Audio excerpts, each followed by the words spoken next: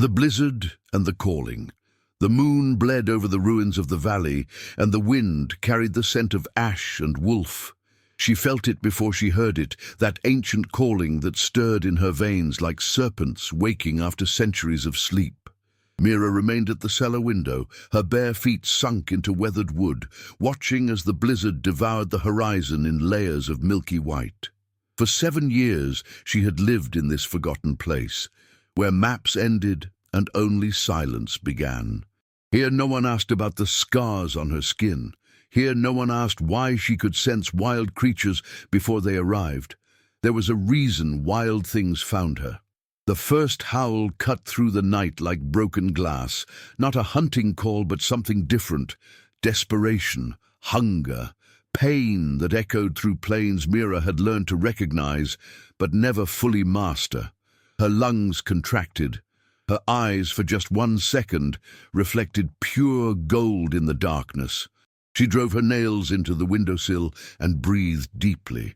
"Control," she whispered to herself, using the same voice her mother had used, the mother who had died trying to teach her to domesticate what seethed beneath her skin. 20 minutes later, when the scratching began at the cellar door, Mira had already lit every candle she possessed. They came together, a mass of pelts and labored breathing, their bodies so tattered they seemed almost spectral against the curtain of snow. Wolves. 20 of them, perhaps more, their eyes gleaming like precious stones trapped in hunger. There was a hierarchy in their movements, an ancient ritual of submission and leadership she recognized in her very bones. What Mira didn't understand in that first moment was why the largest of them, an animal whose wingspan seemed to open like an abyss, remained several steps behind the pack, as though guarding something the others could not touch. Their eyes found hers, emerald green, human intelligence, pain that transcended the merely physical. "No," she whispered, as if she could deny what she felt, as if the universe would listen and reconsider. The smaller wolves began scratching with escalating desperation. The largest remained motionless.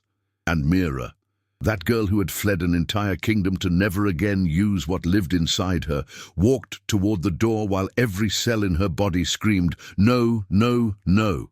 Her fingers touched the door bolt, hot, vibrant, as if the wood itself knew that this moment would divide her destiny into two, before and after. She opened it.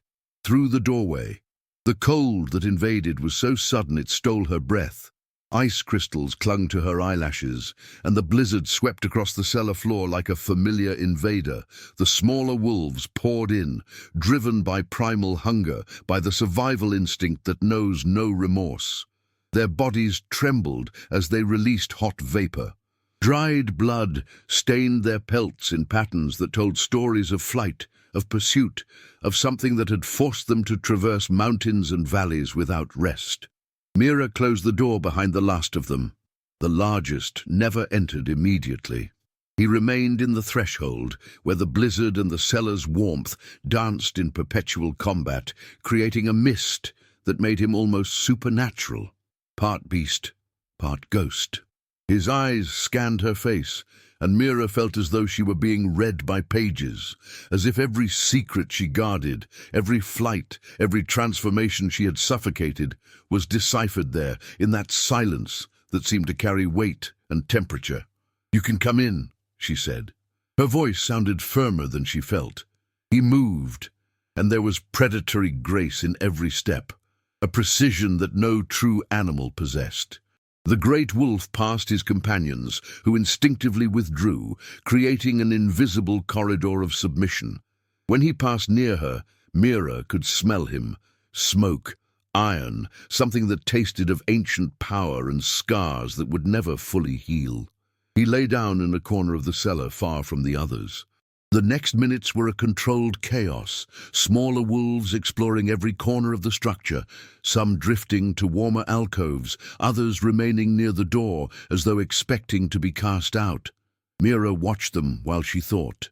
Her instincts screamed that something was wrong, something that transcended the simple arrival of predators in her refuge. The way that great wolf watched her while she thought of bread. She had kept a fresh batch, dark rye bread, made with hands her ancestors had sworn never to use for such tenderness. She broke it into pieces and spread them on scraps of old leather that served as makeshift trays. The smaller wolves fell upon the food with a hunger that bordered on agonizing, their bodies gaining color and movement as they ate. That great one never touched the bread. His eyes remained on hers, while his companions ate voraciously, and Mira saw in them something far more frightening than the blizzard itself: recognition, warmth, and humanity. The night deepened into layers of silence and tremor. Mira had enough candles to keep the cellar above freezing, and she had furs, many pelts she had collected over the years, things that died in her refuge, things that seemed to understand that here lay mercy rather than destruction. She spread them across the floor, while the wind lamented outside, creating a barrier of warmth and texture. The smaller wolves curled together in groups, their trembling gradually lessening. There were wounds among them, cuts she had cleaned discreetly, sprains she had rubbed with salves her mother had taught her to make. She had done all this without thinking, driven by something deeper than compassion, an obligation that resided in her bones. The great wolf did not sleep. He remained awake, his eyes following her every movement. When Mira finally approached him, offering a bowl of warm water with mallow leaves, his muscles tensed, but he did not withdraw. "Why are you different?" she asked the creature, expecting only echoes as reply. His eyes closed, just for a moment, like an answer.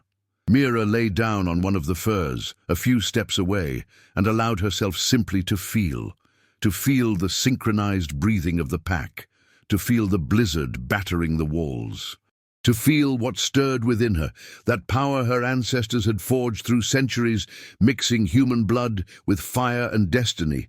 There was a reason why ancient mages had sought her out. There was a reason why her mother had abandoned her own people to teach her to hide. And there was a reason why that great wolf, whose form radiated power as clearly as the moon itself, had found his way to her door. "You know," she said into the darkness, "that receiving you is one thing. Letting you leave is another." The great wolf opened his emerald eyes and looked at her for a time that felt like an eternity compressed. When he finally slept, his breathing kept rhythm with hers, as if they had synchronized their very hearts. Mira remained awake the entire night, feeling the fire beneath her skin. Demand, call, recognize. Section 4. The Whispering Dawn. The dawn did not bring traditional light. Instead, the blizzard gave way to a blue-gray mist that made the world seem submerged, as if the cellar and everything it contained existed within a womb of ice and suspended air. The smaller wolves began to wake, their bodies signaling hunger again, that primal cycle of consumption and survival.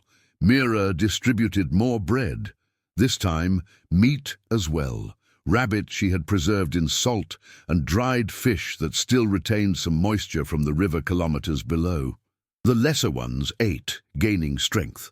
Their wounds seemed less deep, their eyes reflected less despair and more calculation. But the great wolf still had not moved. He remained motionless as she approached, his body so static that for a moment Mira feared she had lost him to death in the silent night. But then his eyes opened, those merciless emeralds, and she saw in them an urgency that had not been there before. "You want me to understand something," she whispered. The wolf rose with deliberate movements, each muscle stretching as though waking from a sleep far deeper than mere rest. His body trembled, not from cold, but from something internal. Something that seemed to be battering against his skin like caged birds. Mira saw the moment it began. A wave of gold rippled through his fur. His eyes grew brighter, so luminous she had to look away. His body grew, not only in size but in presence, in spiritual density. The air around him began to vibrate as if reality itself struggled to contain him. "No," murmured Mira, though she knew her refusal was futile. The great wolf lifted his head to the cellar ceiling and released a howl that was not sound. It was language itself, crystallized intention, a declaration that made the smaller wolves instinctively kneel. And then, as suddenly as it had begun, the transformation stopped. He remained caught between two forms, not completely wolf, not completely human. His eyes were human enough to carry emotion. His body structure was animal enough to promise contained violence. When he spoke, his voice was multiple, like echoes from a throat that had witnessed millennia. "You felt it," he said, with an accent that carried poetry and threat in equal measure. "From the moment you opened the door, you know what I am."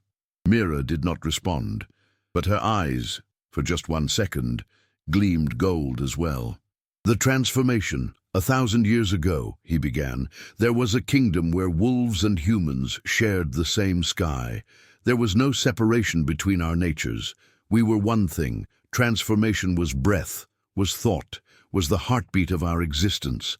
He moved while speaking, his form oscillating, almost wolf, almost human, never completely one or the other. The smaller wolves remained prostrated, their bodies trembling in reverence. "But division came," he continued. "Fear. Humans who chose to be only human. Wolves who chose to be only wolves. And those of us who refused that separation, we were hunted, marked as abominations, cursed." Mira felt the weight of his words, not merely narrative, but historical truth echoing through veins they shared. She knew this story. Her mother had whispered fragments of it on nights when she tried to control the power within Mira. "My line was the first," he said. "My people did not flee. We hid ourselves within the blizzard, within the mountains, within darkness itself. And for 1,000 years, we learned that power without community is merely slow poison." He approached her, and this time Mira did not step back. "You feel the transformation in your bones," he said. "You suffocate it. You deny it, because they taught you to fear it." "They killed me teaching that," Mira answered, her voice soft as a blade. "My mother died suffocating the same power you carry forward. The Alpha, for that is what he was," she understood now, a true Alpha King, the last of his line, raised a hand that was almost human.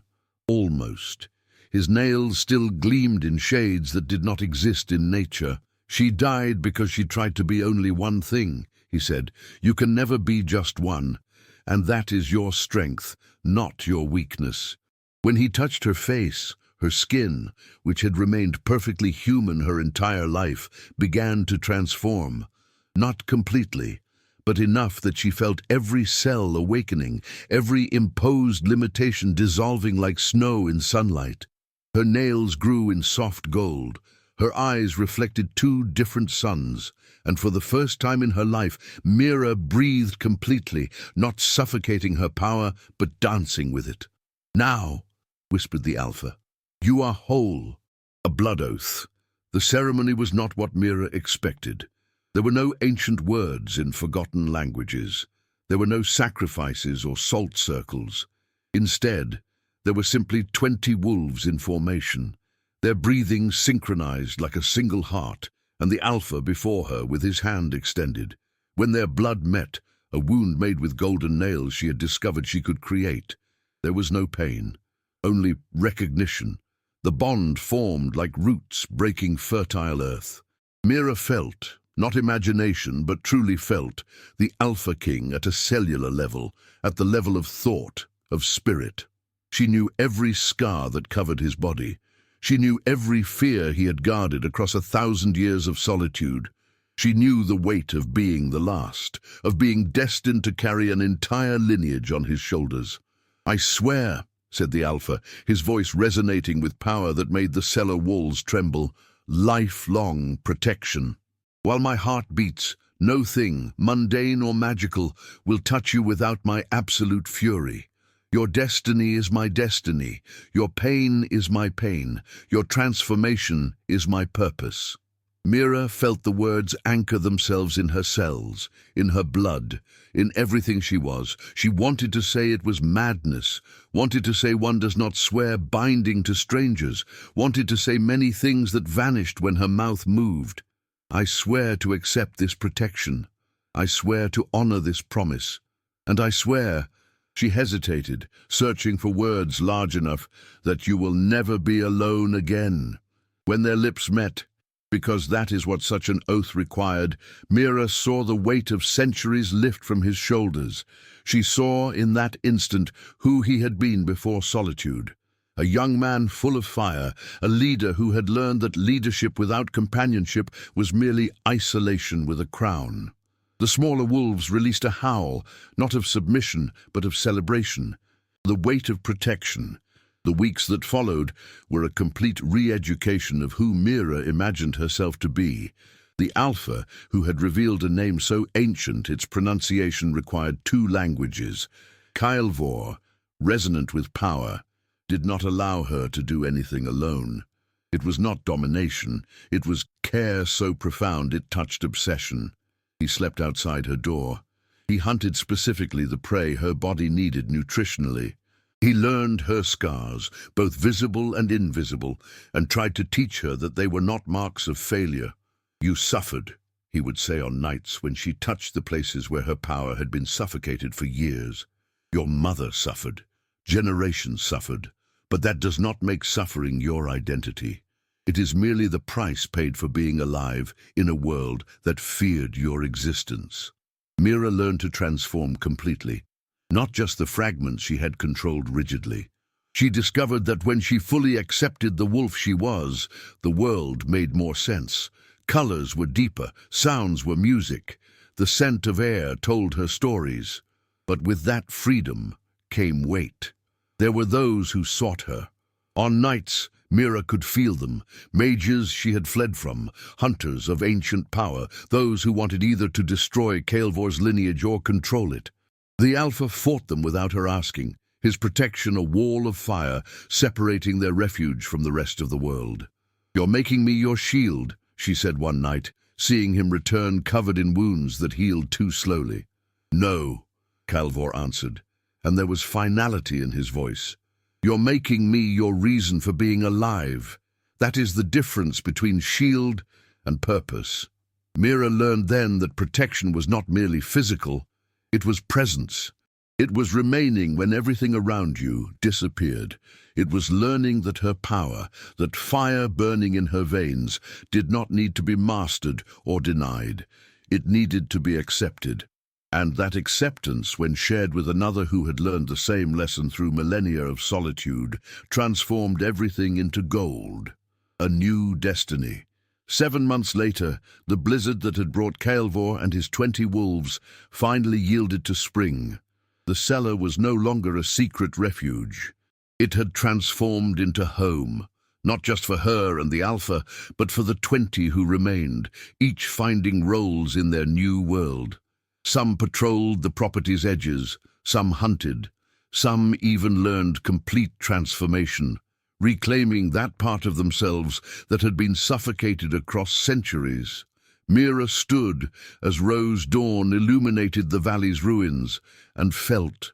She felt the power that flowed in her veins, not as something to be feared, but as breath.